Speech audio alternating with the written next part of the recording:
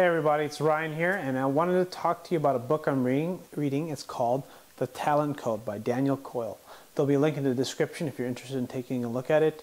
If you like reading it, you can click on the Amazon link. You can also look at the audiobook, which is kind of my preferred choice. I've listened to it twice, and it's fascinating because the way we acquire skill is through nerves, right? Or the way that we function is through these nerves that connect to our brain, to our muscles, that allow us to have these certain patterns of movement, like the way we pick up a cup of water to drink, the way we turn on the car, the way we use the bathroom, right?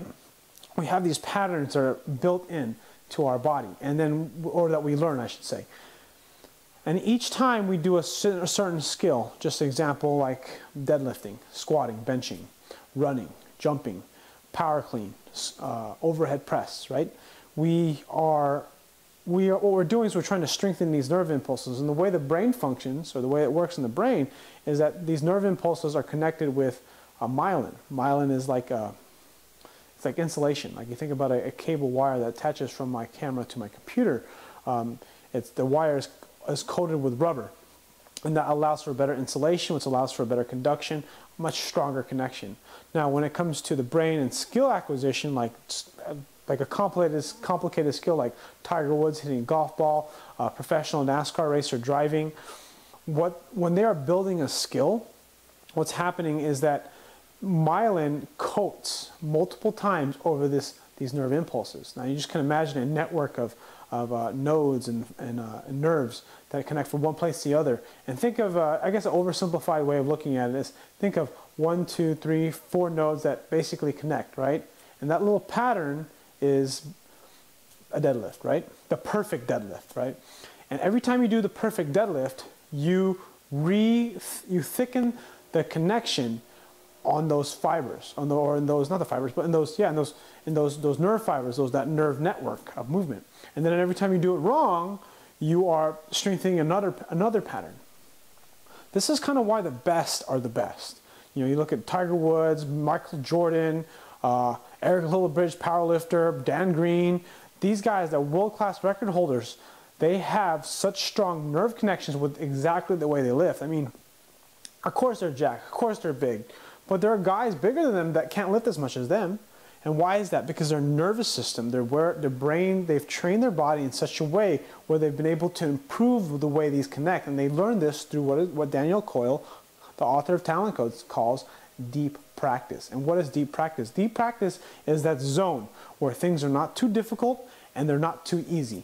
It's a spot where you are essentially making a few errors, and then you're able to make adjustments in your errors. It's kind of like the first time you learn how to drive.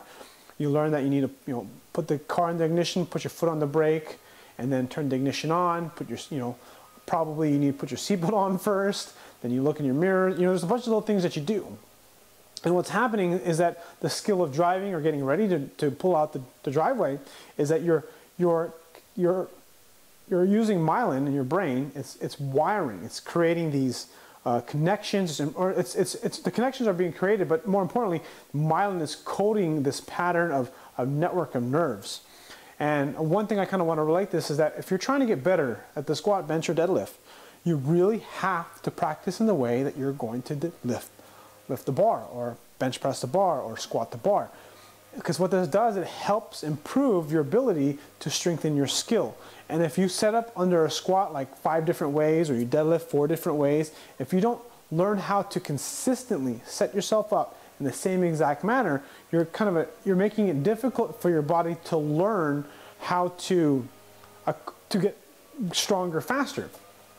And this is not very easy to do, but I mean, a big part of what I'm trying to say is that, when I train, and I'm deadlifting 405 pounds off the ground, right? Which is like, I don't know, 75% of my 1 rep max or whatever. There are times when 405 feels like it's nothing. Other times it feels like it's too heavy. Sometimes it feels like it's too light. And for me, assuming that everything's equal, like my energy level is fine, there's something wrong with my lift, or there's something right about my lift. And I'm thinking about where my feet are, I'm thinking about where my hands are, I'm thinking about what bar I'm using. I take these into consideration to kind of help me determine how to make adjustments. And sometimes I hit that perfect rep, I'm like, shit, I got it. How do I get that again? And I just think about that and I try to mimic that. But then But the problem is sometimes when you've been deadlifting for such a long time, you don't make a lot of obvious errors, and you only build these skills if you actually really pay attention to them. For a lot of people out there that are just trying to build strength and maybe not get into powerlifting, they just pick up the bar, or they just bench the bar, or they squat the bar. But if you look at a higher level, trying to take your technique to a different level, you have to look at your different errors that you make, or make adjustments. Like, why was that bar light? Why was that bar heavy?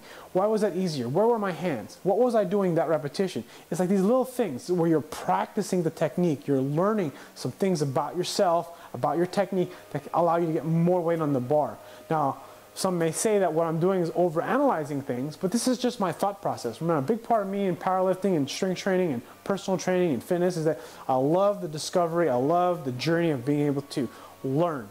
I love this stuff, and that's kind of why Talent Code is such a really interesting book to me, because it allows me to think about, like, how do you build world-class athletes? How do I get just a little bit of what these people do? And the secret is deep practice. Finding that point in your training where you make just the right amount of errors. Basically where you F up just enough to make adjustments to get better. And the only way you're going to do that is if you really pay attention to the way you lift. And you know, if you haven't been lifting for very long, you haven't been really like trying to get to a big number, you won't really understand it till later. And if you've been lifting for a while, you know exactly what I'm talking about. Like, sometimes the bar is just heavy. Sometimes you just have bad days. Sometimes you have good days. And you know what? When you have those bad days, you need to understand why you're having bad days. Sometimes you can say that your energy's not good or your food is not good. It could be lots of different reasons. So this is kind of why I like to keep a training journal. I keep a training journal to kind of determine these things. But when it comes to, like, analyzing the deadlift, analyzing the squat and bench, that's why I have all this. That's why sometimes my training regimen is so messed up, because in my head I got all these ideas and thoughts about biomechanics, what problems I have, my own individual things. But then again, it's the part that I love the most. Anyways, that's my video. If you like this kind of content, please leave a comment below requesting it. Click like if you haven't already. Subscribe if you're not a subscriber, and I'll see you guys on the next video.